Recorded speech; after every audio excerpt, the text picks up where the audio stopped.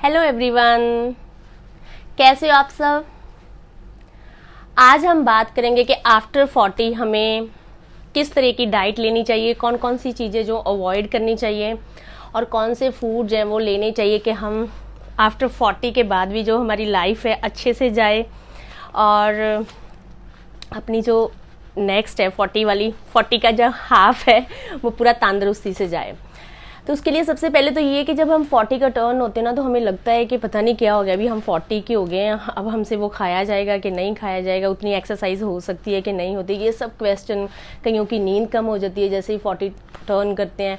Mostly मेरे पास मेरे patients आते हैं कि मैम मुझे अब नींद बहुत कम आती है, तो ये हार्मोन इम्बैलेंस रहता है। तो ये छोटी छोटी चीज़ें हैं, मेल्स में भी होती हैं और फीमेल्स में भी होती हैं।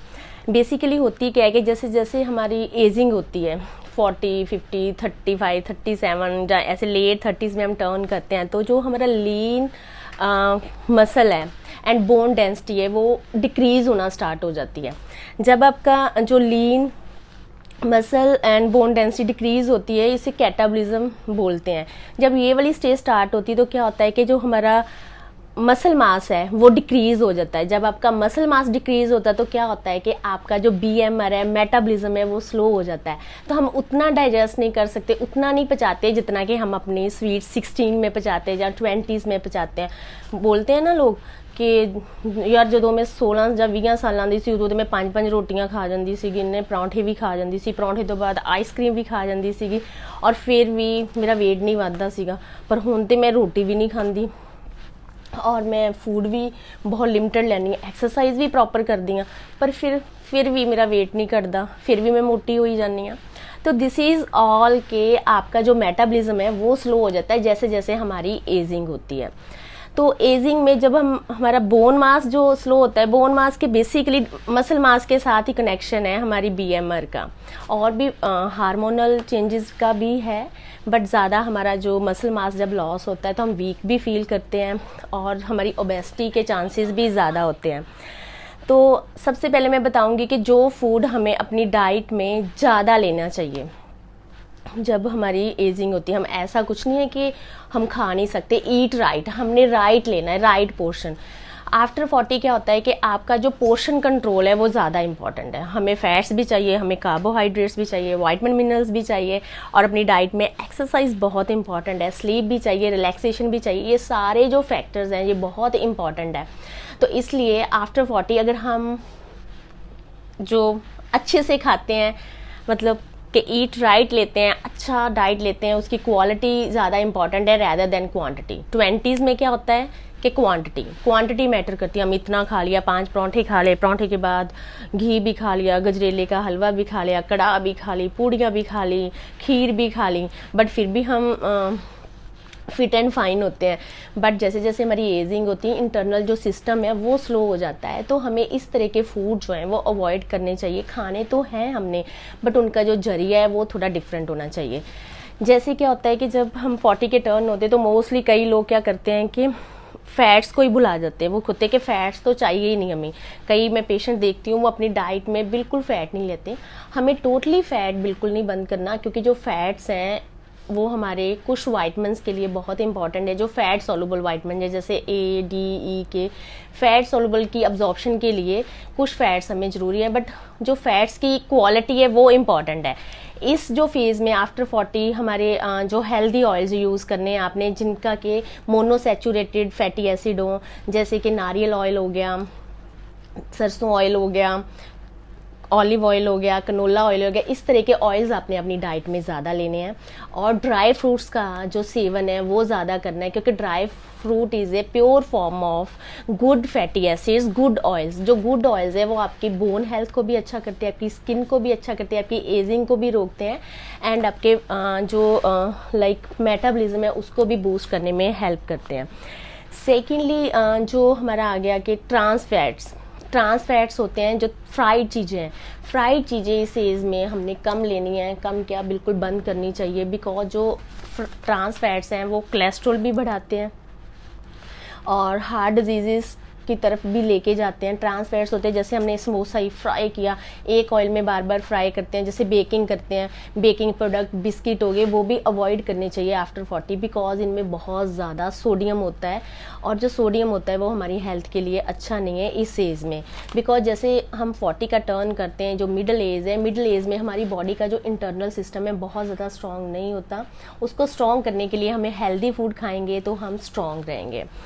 एंड जो लोगों को इस एज में नहीं करना चाहिए, फर्स्ट है क्रैश डाइट्स बिल्कुल नहीं करना चाहिए, क्योंकि लोगों को फटाफट हम वेट लॉस कर लें, चाहे वो 40 के, 50 के, 60 के।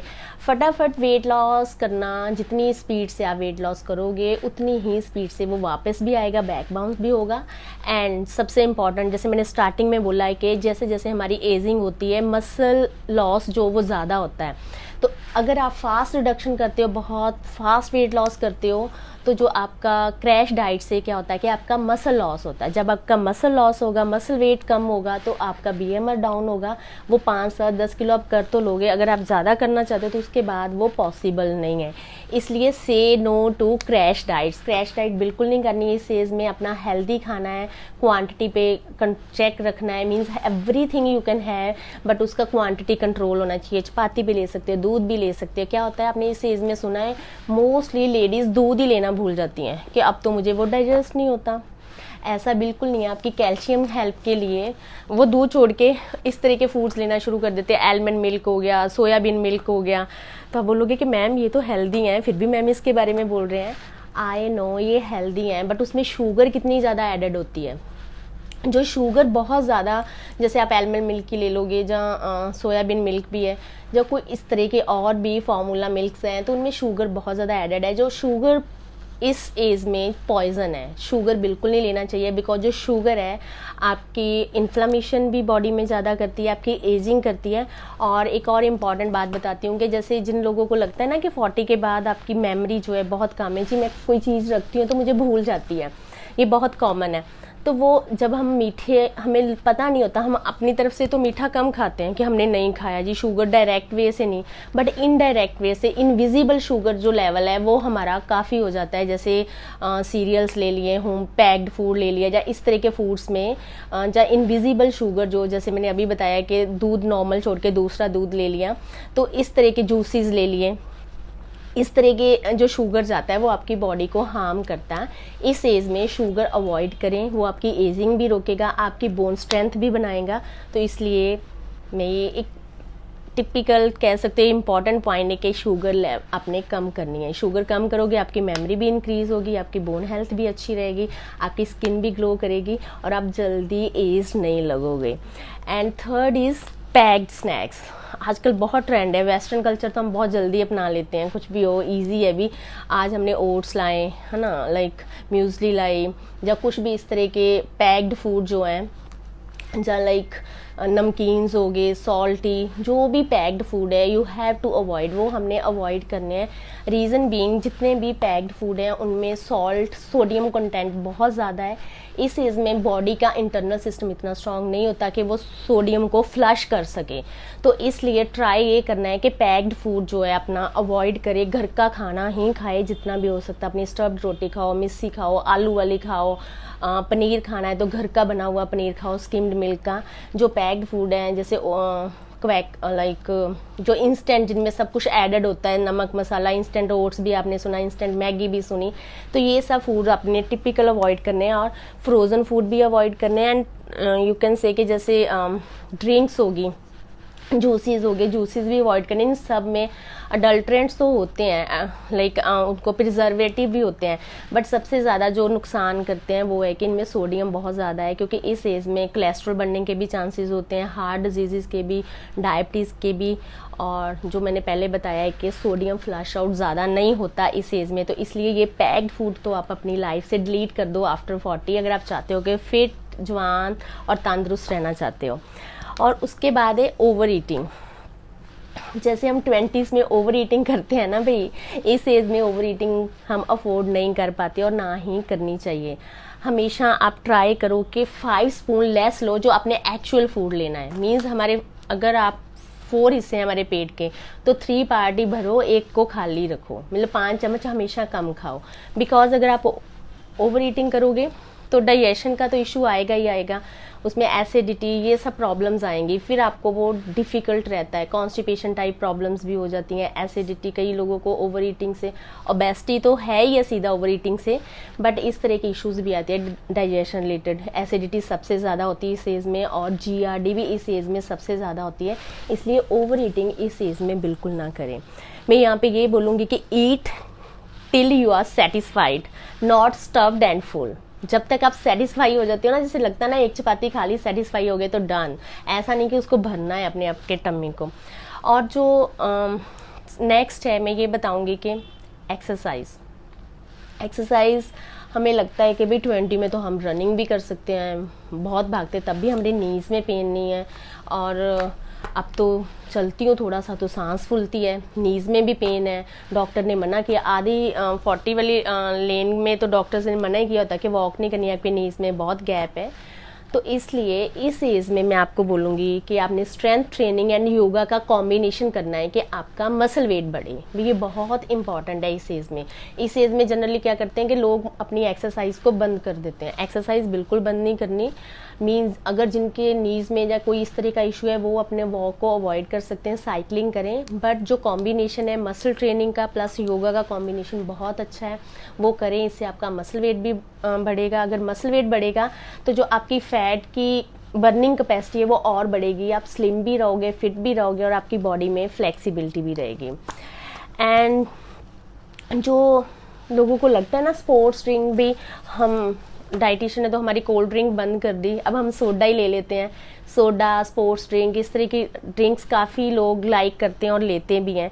तो जो स्पोर्ट्स ड्रिंक है उनमें क्या होता है, और उसके बाद ये बोलेंगे जी हम शुगर फ्री ली है, वो शुगर फ्री, तो जो शुगर फ्री सॉफ्ट ड्रिंक या इस तरह की स्पोर्ट्स ड्रिंक है उनमें शुगर फ्री होता है। शुगर फ्री क्या है, बेसिकली आपकी सिंथेटिक शुगर है अंदर, आर्टिफिशियल स्वीटनर है, तो आर्टिफिशियल जो स्वीटनर है वो बहुत ही हार्मफुल है हमारी बॉडी के लिए। तो मैं ये बोलूँगी कि उससे तो अच्छा है कि एक आधा चम्मच आप नींबू पानी में शुगर डाल के ले लो, बट स्पोर्ट्स ड्रिंक अवॉइड करो। जो शुगर फ्री ड्रिंक्स है वो बिल्कुल नहीं लेनी, बिकॉज उसमें बंडल ऑफ इतनी टैबलेट्स हैं आर्टिफिशियल स्वीटनर की कि आपकी वो हेल्थ के लिए हैवॉक है, वो आपको ख़राब करेगी आपकी हेल्थ, तो आपकी एजिंग भी करेगी, आपकी हेल्थ को भी डिस्टर्ब करेगा, आपकी हेल्थ पे नेगेटिव इफेक्ट देगा। तो सो अवॉइड इस तरह के जो कैंड फूड है प्लस जो इस तरह की शुगर फ्री ड्रिंक्स है। बिकॉज हमने सुना है ना, जैसे किसी पेशेंट को डायबिटीज़ है, जहाँ कोई वेट लॉस पे है, तो वो बोलता है कि जी मैं शुगर फ्री मिठाई खा लूँ, मैं शुगर फ्री आइसक्रीम खा लूँ, तो it's not healthy at all. Because अगर वो लेते तो उसमें उतने ही शुगर फ्री टैबलेट्स, उतना ही आर्टिफिशियल स्वीटनर ज़्यादा है, तो इसलिए ट्राई करें कि शुगर फ्री थिंग्स की तरफ ना जाएं। जैसे कि हमारा ट्रेंड है शुगर फ्री स्नैक्स की तरफ, वो भी अवॉइड करें। उससे अच्छा है कि सम टाइम अगर आपका मन करता है तो आपका घर की बनी खीर, फिरनी, इस तरह की स्वीट डिशेज़ ले सकते हो जो कि हेल्दी है। देसी घी में बना कोई सूजी का हलवा हो गया, एक आधा चम्मच, मीन्स कि जो फैट्स की अमाउंट वो कम यूज़ कर लो, बट इस तरह के फूड के साथ आप इंजॉय कर सकते हो। और इंजॉय भी जितना भी स्वीट डिशेज़ अगर आप इंजॉय करना चाहते हो तो उसका जो राइट टाइम है वो है lunch time. Try to avoid at dinner में ये सब चीज़ें अवॉइड करें, बिकॉज जितनी भी स्वीट डिशेज़ हैं अगर रात को लेते हो तो आपका शुगर लेवल जो एकदम से स्पाइक करता है और आपके कोलेस्ट्रॉल लेवल वगैरह बढ़ाने में भी वो काफ़ी मदद करता है। तो इसलिए ट्राई यही करें कि जितनी भी जैसे मैंने बोला है कि आप सूजी का हलवा, जहाँ आटे का हलवा, खीर, पुडिंग, राइस, इस तरह की अगर चीज़ें लेते हो, क्योंकि हमारे इंडिया में भी बहुत अच्छी डेलिकेसी रेदर देन आइसक्रीम या कुछ भी वो लेते हो, तो लंच में आप इंजॉय कर सकते हो सम टाइम, जैसे वही वीक में एक बार या लाइक 15 दिन में एक बार, इस तरह की डेलिकेसीज या स्वीट डिशेज़ आप ले सकते हो। सो यहाँ पे जो इम्पॉर्टेंट पॉइंट मेरा था कहने का कि sugar free drinks, sugar free snacks को आपने टोटली नो करना है, क्रॉस है, वो नहीं लेने हैं, क्योंकि वो आपकी हेल्थ को ज़्यादा इफ़ेक्ट करेंगे, ज़्यादा नेगेटिव इफ़ेक्ट्स देंगे। और इसके अलावा जितने भी हमें लगता है कि हमारा मिल्क जो लोग छोड़ देते हैं 40 में, मिल्क को छोड़ना कोई बहुत ज़्यादा अच्छी बात नहीं है, उसका आप ऑल्टरनेटिव लें, उसके लिए स्किम्ड मिल्क लें, स्किम्ड मिल्क के प्रोडक्ट ले सकते हैं। स्किम्ड मिल्क का जैसे आपका हो गया लाइक पनीर भी स्किम्ड मिल्क का यूज़ कर सकते हो। एंड आप दूध भी स्किम्ड ले सकते हो। जिन लोगों को डाइजेशन इश्यूज हैं वो अपना दूध जो है वो रात की समय छोड़ के मॉर्निंग में या इवनिंग में लें, but it should be skimmed one, means के फैट फ्री, फैट की जो तय वो उतरी होनी चाहिए। और जो लेट नाइट है, जिन लोगों को इश्यूज होता है कि इस एज में कि हमें लेट नाइट नींद नहीं आती, वो बेसिकली हार्मोन इम्बैलेंसेस या मीनोपॉज के कारण होता है। तो उसमें भी अगर आप हेल्दी डाइट लेते हो, अपनी डाइट में ड्राई फ्रूट और अच्छा बैलेंस मील लेते हो, प्रॉपर आपकी डाइट में कार्बोहाइड्रेट्स हैं, प्रोटीन्स हैं, फैट्स हैं, विटामिन मिनरल्स हैं, तो वो आपकी लॉन्ग रन में हेल्प करेंगे ही करेंगे, आपको नींद स्लीप आएगी। बिकॉज जो आपकी रात की स्लीप है वो सुबह से स्टार्ट होती है। अगर आपका ब्रेकफास्ट अच्छा नहीं है, लंच अच्छा नहीं, चाहे डिनर में आप कितना भी अच्छा फूड ले लेते हो, तो you can't get good sleep. तो इसलिए अगर इफ़ यू वांट कि आपकी इस एज में नींद पूरी प्रॉपर 16 की तरह 20 की तरह आए, तो अपना ब्रेकफास्ट अच्छे से लें, लंच अच्छे से लें, डिनर अपना लाइट लें कि आपको रात को डाइजेशन या इस तरह की डिस्टर्बेंसेस ना आए। बस ये कुछ पॉइंट्स थे। अगर आप ये इन सभी पॉइंट्स को अपनी डाइट में ऐड करते हो, डेली रूटीन में अपना लाइफस्टाइल मॉडिफाई करते हो और छोटी छोटी चीज़ों का ध्यान रखते हो, बिकॉज इस एज में मैं यही बोलूँगी कि क्वांटिटी से ज़्यादा क्वालिटी इंपॉर्टेंट है। क्वालिटी ऑफ फूड ज़्यादा इम्पॉर्टेंट है। अपनी डाइट में हर चीज़ जो है वो प्योर एंड कम लें। हम सेम उतना ही फूड ले सकते हैं और फिजिकल एक्टिविटी भी उतनी करते हैं, बस उसका ट्रेंड चेंज कर देना है ना। उस टाइम पे हम रनिंग करते हैं, इस टाइम पे हमने योगा, स्ट्रेंथ ट्रेनिंग, इस तरह की चीज़ें करनी है कि हमारा जो बोन स्ट्रेंथ है वो बढ़े और हमारा मेटाबॉलिज्म भी बूस्ट रहे और हमारी एजिंग भी कम हो। तो ये छोटे छोटे टिप्स जो हैं वो आप अपनी डेली रूटीन में, लाइफ में ला के आप हेल्दी रह सकते हो। अपनी 40 वाली जो लाइन है, 40 से 60 70 अच्छे से बता सकते हो। Thank you, thanks for watching, thank you.